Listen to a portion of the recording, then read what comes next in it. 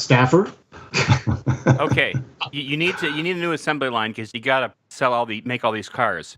So how about this? You can just erect some cheeseball metal structure in the parking lot and just run electrical cables over to it and slap together a bunch of $70,000 cars. Wow, I see these pictures now. The advice provided on this podcast is general advice only. All statements made are considered by the participants to be accurate, but accuracy cannot be guaranteed. It has been prepared without taking into account your objectives, financial situations, or needs. All participants in this podcast, including guests, may have a financial interest in any or all of the products or services mentioned. Before acting on this advice, you should consider the appropriateness of the advice, having regard to your own objectives, financial situations, and needs. If any private products are detailed on this podcast, you should obtain a product disclosure statement relating to the products and consider its contents before making any decisions. Where quoted, past performance is not indicative of future results. It's the Money Path Podcast, episode 125, and we're doing this in a metal-structured tent in a parking lot. Well, not really, with your hosts, Bob Iacchino and Mike Arnold, founders of Path Trading Partners. Go to pathtradingpartners.com and check out MotiveWave. Download your 14-day free trial. So let's gather around the campfire and have some s'mores and talk about news in the markets. We had a fatal self-driving Uber accident. You guys hear about that? No. Yeah, in I believe it was in Scottsdale. Oh, that's old. June 22nd. Oh, there's a new one? Yeah. Oh. Tempe, Arizona. That's a copycat. The cars are copying each other. Copycat. Yeah, that's a copycat killer. So the backup safety driver in the Uber was watching The Voice. Well, that's fun. Yeah. Police got the data from Hulu streaming service. They got the history of this guy's streaming. He was supposed to be the backup driver, and the car killed a pedestrian. So maybe the car is so smart it got tired of listening to the voice in the background. It's like, I'm putting an end to this. No, it's the right. It's like artificial intelligence, and it's like, how can anybody watch The Voice? So police were able to obtain the record of blank person's account from the television streaming service Hulu, which showed the driver had streamed the talent show for 42 minutes on the night of the March 18th crash. The stream ended at 9:59, the same time that Elaine Herzberg, 49, was hit by the self-driving Uber car. So is this the investigation of? Yeah, this is the investigation of the March 22nd one. So there wasn't a new killing. There was just the information is coming out about the correct. The accident before. Correct. Well, first I can't jump right into Tesla. It's just so juicy. I mean, we can't juicy. Get it. Any company who's building cars in a tent they got problems, but Audi's got problems before we even get there. Mm-hmm. Did you see the Audi boss was arrested in the diesel probe? Yeah. That's pretty major. They raided his home after fraud and falsifying documents. Yeah. Yeah. The arrest was justified as the suspect is seeking to influence witnesses and other suspects.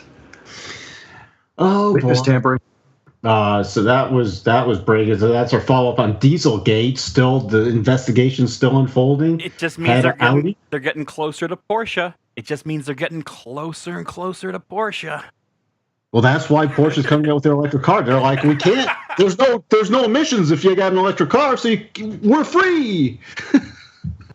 So, what's going on we have Disney with Fox and Comcast. Fox up there, Comcast came in, then Fox up theirs. Have you heard anything else, Bob? I heard that he mostly accepted the Disney offer because the tax ramifications. He did not want the cash Comcast offer because he did not want to pay that hefty tax check, which would have been about $7 billion in taxes. So he wanted the mostly stock deal more so than the cash deal. So that's all I really heard about it. I mean, I didn't know at the time that Comcast was going to get rejected, but I had a suspicion simply because I had heard that before. All right. So that's still, I mean, it's not done, but it's going back and forth. Comcast, I heard, was going to counter again, but right. We shall see. But that's back and forth. But somebody's gonna get them. Yeah. Uh, It's going to get got. Did you see this for our follow up with Deutsche Bank, or this is fraud and going to zero corner too?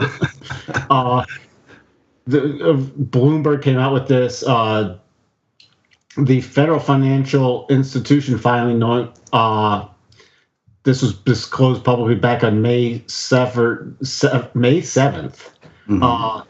Unknown Deutsche Bank traders suffered a staggering one-day loss in the first quarter that was almost 12 times VAR. Now, for people who don't know, VAR is their their value at risk. Mm-hmm. So, and you shouldn't really exceed 1 times VAR. Right. They had a loss of 12 times VAR. Even a loss of 2 or 3 times VAR on any given day is unlikely. 12 times VAR is extraordinarily unlikely, MIT financial professor Andrew Lowe told Bloomberg. So, 2 or 3 times VAR is like, okay, we really screwed up. Mm-hmm. They hit 12 times VAR. This bank is so screwed.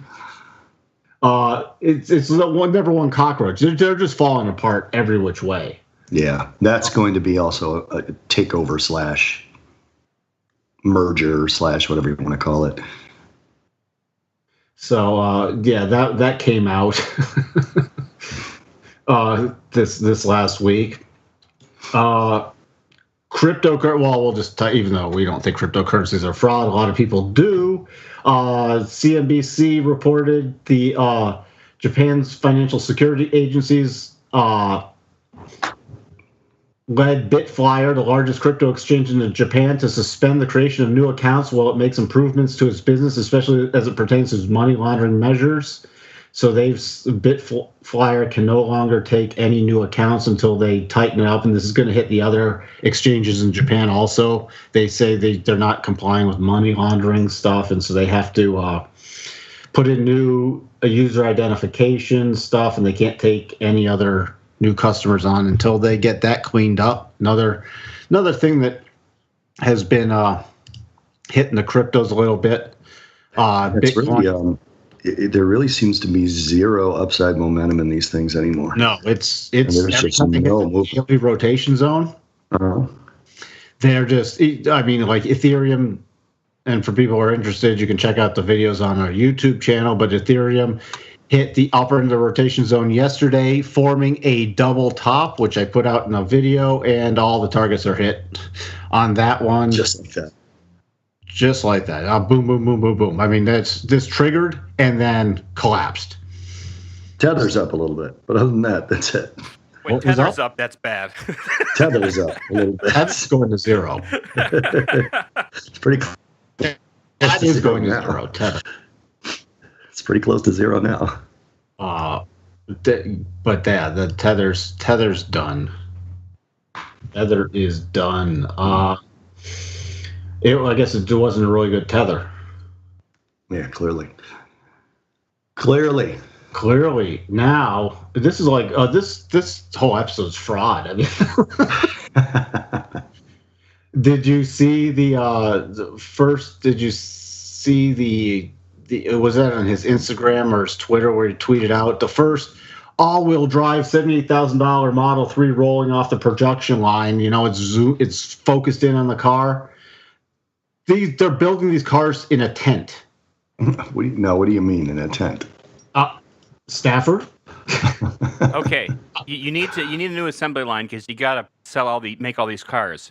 So how about this? You can just erect some cheeseball metal structure in the parking lot and just run electrical cables over to it and slap together a bunch of $70,000 cars. Wow, I see these pictures now. He is building.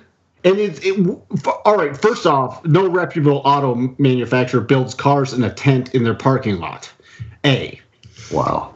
B. You don't need to have. He was not permitted for. It's a temporary permit for 6 months. It's not permitted for electrical, so they're literally running extension cords. There's no fire suppression or any other safety stuff out there. It's open air. It's open air. Building cars in a tent. Wow, it's crazy. I'm saying the tent is expanded since it was originally put up, huh? Well, by the way, does that just show the construction of it? Construction, yeah. By the way, the people who erected the tent now have a mechanics lien against Tesla because they didn't pay them for it. Oh my God, that's how they got a little bit more profit last quarter, just a touch more. No, this is insane. They're not paying the tent guy. The best is the spy video on Twitter where you see like just a beat up forklift dragging one of these body shells that have been freshly painted, goes past the screen, and then comes a huge porta potty being dragged by a forklift behind it. Because again, you have to have the porta potties because there's no bathrooms in the tent. Look at all these electrical cords hanging. This is where they're building their cars now. That is crazy. And their things aren't even bolted to the floor correctly. If you do a little investigation in this, it's absolutely terrifying. But the camp is still divided. There is a large portion of the Tesla fan base that think this is the most brilliant way to build cars. So it's not... Yes. That's what was funny. There were people like saying, this is brilliant. More auto companies should do this. They should follow Tesla's lead. I'm thinking, I don't want my car built in a tent exposed to the elements with temporary things not properly bolted to the ground. For some reason, I'm not spending any more than like $2,000 on a car built in a tent, not $60. Yeah, it just kind of seems like that there's no way to maintain quality that they were originally known for when you're building in these kind of conditions. I wonder if these are round-tripped cars, or meaning cars that have defects that have to get gone down the line again, because there's no robots. Yeah. You know? Yeah, they can't, because they can't put any of the heavy-duty robots out there because they're running things like off portable power. Do they come out to this shady tree assembly line and then go back in the factory or something? Who knows? Cue the circus music. But this is not the way you run a car company. But a scam. This is how you run a scam. Yes. Now, Elon had the email to Tesla employees about another fire in its factory on Sunday. They had another fire in their paint booths again. That's like the fourth fire they've had. But it wasn't reported to the fire department. It wasn't reported. Nope. They didn't report the last one either. He also said that there's a saboteur in their midst, which he somewhat tried to relate to the fire, but then it turns out the saboteur was they're suing an ex-employee who worked at the Gigafactory, who they found they fired him. He was leaking the information to Business Insider about putting the punctured batteries in the Model 3s, which was a safety hazard with all their waste of products. That's where it turns out Business Insider got all the information, and he took documents, and he said he reported it to the management, but they didn't want to have anything to do with him, so he leaked it to the press. He's now going for bad batteries went in thousands of cars that have already been delivered to customers. He supposedly has the VIN numbers of 700 something cars that he knows has the bad batteries, and then they said he was a hacker. He's like, no, he's done interviews this week. He's like, because they're suing him, and he's now going to countersue them. What's interesting is they said he was a hacker. He hacked all this information. He was trying to frame other people. He's like, no, I'm not a hacker. I just wrote database queries and got the information out of the databases because on the system I had access to, and I was trying to do due diligence because I didn't think these things were safe. You can't put punctured batteries in cars, and nobody wanted to hear it. So, but Tesla accused him of all this theft and fraud, but they didn't go to the FBI. The only way the police got involved was because Tesla said he had a buddy call in a threat that he was going to go in and shoot up the place. The local sheriff investigated it, said the threat was not credible. He was not going to go shoot up the place. And then yesterday, or just a couple of days ago, wasn't there some Tesla in Beverly Hills that just started blowing out the battery packs out the side and was shooting flames everywhere when it was parked? The battery spontaneously combusted and vented to the side. That was another Model S that just caught on fire. Wow. From the Not a Flamethrower company. This is just so now you have the saboteur who's now going under whistleblower status, who's, there's this Elon's going off. He's writing guys emails. You're the most horrible person in the world. This is literally it's better than any soap opera. Yeah. I mean, you can't not find this. I don't know what is going on. It is like the Hindenburg. It is a spectacular crash in slow motion. It is. It's like watching one of those like Formula One crashes where they slow it down to frame by frame. And you're seeing the car tumble through the air, and you're just wondering how bad it's going to hit. Is Jim Chanos short Tesla yet? Sure he is. For those of you that don't know, Jim Chanos is like this famous short seller. His entire big block of wealth, he's a billionaire. His entire block of wealth has been made shorting the correct companies. Let's see, Jim Chanos. He's on TV He's the all the Enron time. guy, right? He did, What's that? He did Enron correctly, right? He called Correct. that. Yeah, he's been shorting Tesla, I think, since the gate, getting it Yeah. since the beginning. Well, they were all happy. All the Tesla bulls were happy because over the last couple weeks, massive short squeeze, and Tesla is shooting it back at one point to over 3. What was the high? I think it hit 370 or something. Because they brilliantly made an assembly line in 2 weeks. Yeah, Chanos' comments on Tesla was they're paying money in order to lose money. He said that's their business plan. Well, Elon even came out a couple of weeks, or like last week, said, "Oh, we're not in business to make money." Well, I'm thinking, if you're not in the business to make money, first of all, you shouldn't have like a market cap bigger than GM and Ford. And second of all, how are you going to stay in business? What's interesting is there's constant Twitter wars going between the shorts and the longs, and the long says the whole thing is you just want Tesla to go bankrupt. And I'm thinking, there are times when you short Tesla because it doesn't even, if they go bankrupt, they go bankrupt. I think they have a good shot at it, but I don't think their valuation at being bigger than GM is justified at this point, or they're going to get to that valuation anytime soon. So it doesn't have to go to zero. It could go to a more sensible valuation. But then they're the guys that are stuck right in the middle who don't have any financial position, and they just report on the auto industry. And they get lopped into the, quote, Tesla haters or the Tesla shorts. And they're like, no, we're just reporting facts. And These facts are scary from 100 years of automotive manufacturing. Yeah. They have no, they just don't have a leg to stand on if you're actually paying attention. Anyone who thinks that this is some sort of conspiracy against Elon, you're just not paying attention. I'm not trying to be mean. You can love the car, you can think the guy is trailblazing and cool and whatever else, but this stuff is unbelievable. And the spike in the stock happened basically in April or May of 2013, and it's had these rally, and it's now starting another sideways track, and one of these is going to collapse back down, probably sooner rather than later. It's had a hell of a month. And it's up pretty big on the month, but it did a lot of damage to the shorts. It's just very interesting. It was up about $90 on the highs this month. It was up about $90. Well, that's what you get when you pitch a tent. Yeah, if you pitch a tent, sure. Well, hey, what's going on with oil, Bob? Oil's up bigly today.